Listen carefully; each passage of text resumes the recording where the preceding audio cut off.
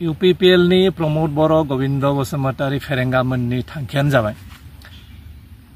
United फराम of एक्स एनडिबि खौ बोरै धंस खालामनो हागोन बोरै नोरजिया खालामनो हागोन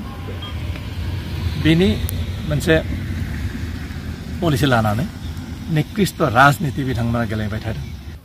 जोंहा देग्लाय 32थि एनडिबि नि मुंख्लं सान बे मुंख्लं सानखौ जों इउनाइटेड फराम अफ एक्स एनडिबिआ देग्लाय सनितपुर आरो बिश्वनाथ मोननै जिल्लाजों लोगो नांनानै नैबे दैमालु गेलेग्रा फोथाराव जोङो गाजा गोमजायै खुंनो थाखाय जों आखायाव लादों। दा बावहाय जोङो गासै जोंनि बारग' दावहायाव लोगो बिथांमोनखौ इउनाइटेड फराम अफ एक्स एनडिबि नि जानानै बयखौबो फैनो थाखाय जोङो बेखिनि समाव खावलायदों आरो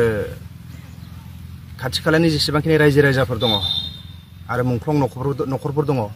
बिथांमोनखौबो फैगौ बे 14 सेप्तेम्बर सानखालि नैबे गहपुर ओनसोलनि दैमालु सेन्टारनि जे गेलेग्रा फोथार बे फोथाराव बयखौबो नुजाथिफैनो थाखाय जोङो गुरै खावलायहरदों।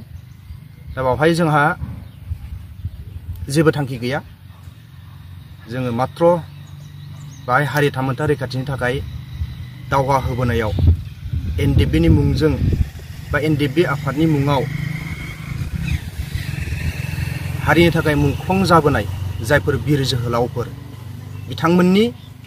32थि जे मुंख्लं सान बे मुंख्लं सानखौनो जोङो गुबै थांखि हिसाबै बा गुबै बिथा खालामनानै जों फैगौ 14 सेप्तेम्बर सानखालि जोङो खुंफुंनो थाखाय लाहार फाहार लानाय जादों। बे हाबाफारियाव मानसिफोरखौ गेदारिं जागोन बायदि सान जानांगौ गासै अल आसामनि फैगोन। दा अल आसामनि फैगोन हिसाबै जोङो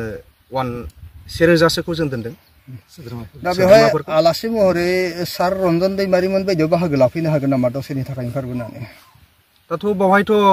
रन्जन साराथ' सासे कनभिक्टेड जेरावनाखि माने बे कनभिक्टेड जाना दं दा जेरावनाखि बे जेलावसो दङ।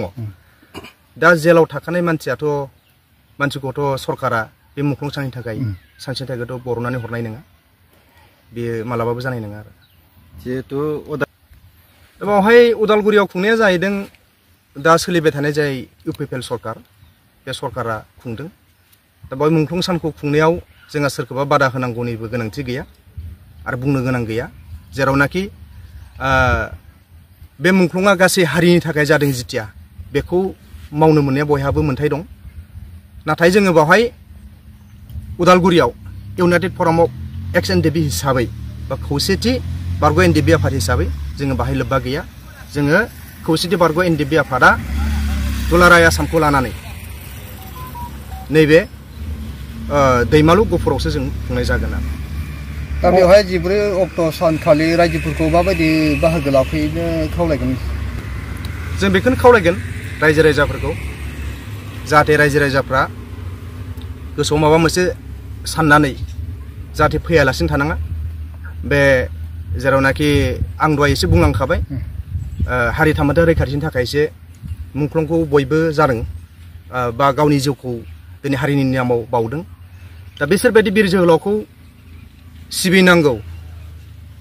बे सिबिनांगौ गासै रायजो राजानिनो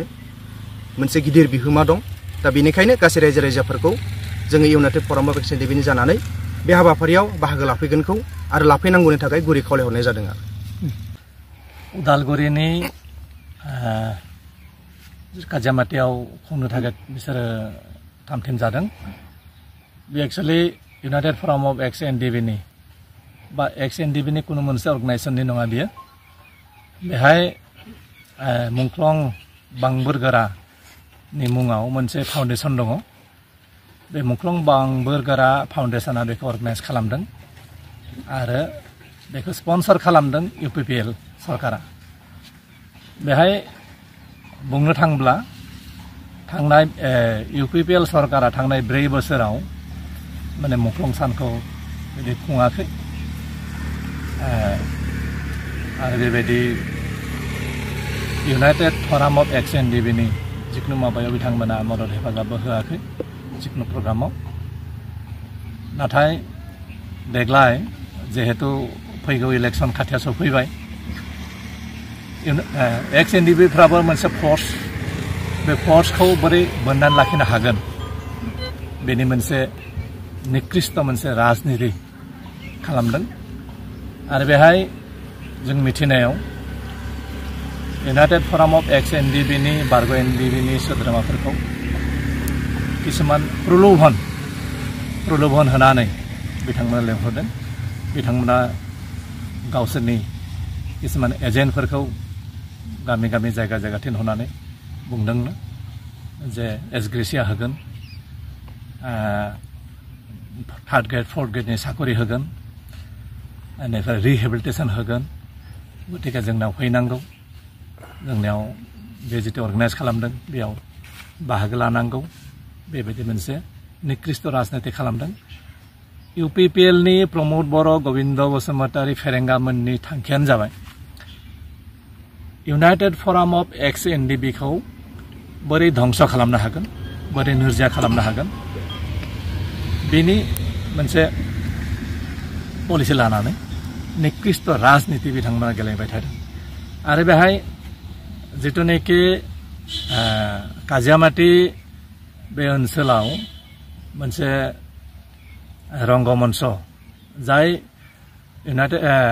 एनडिबिनिफ्राय आजिरा लानाय बारग' एनडिबि बिथांमोना मुंख्लं बांबुरगारानि नामाव अपेन स्टेज मोनसे कमिउनिटि हल दंमोन बे हलखौनो रं सं फोननानै आरो इउपिपिएलनि गबिन्द रुजुग्रामोना बेनि नामखौ सोलायनानै मुंख्लं रन्जित बसुमतारी टाइगार बिथांनि नामाव नामखौ सोलायनानै बेखौनो जोंनि बारग' एनडिबि आजिरा लानानै थानाय जोंनि रंगा बिलिफां बिथांमोना बेखौ अनुस्थान मोनसेखौ बानायदोंमोन बेखौ आरो गावसोर रं सं फोननानै बे नामखौ जोहोलाव बांबुरगारानि नामखौ सोलायनानै मुंख्लं रन्जित बसुमतारी टाइगारनि मुङाव बेखौ आरोबाव माबाया गबिन्द बसुमतारी थांनानै बेखौ अपेनिं खालामहैदों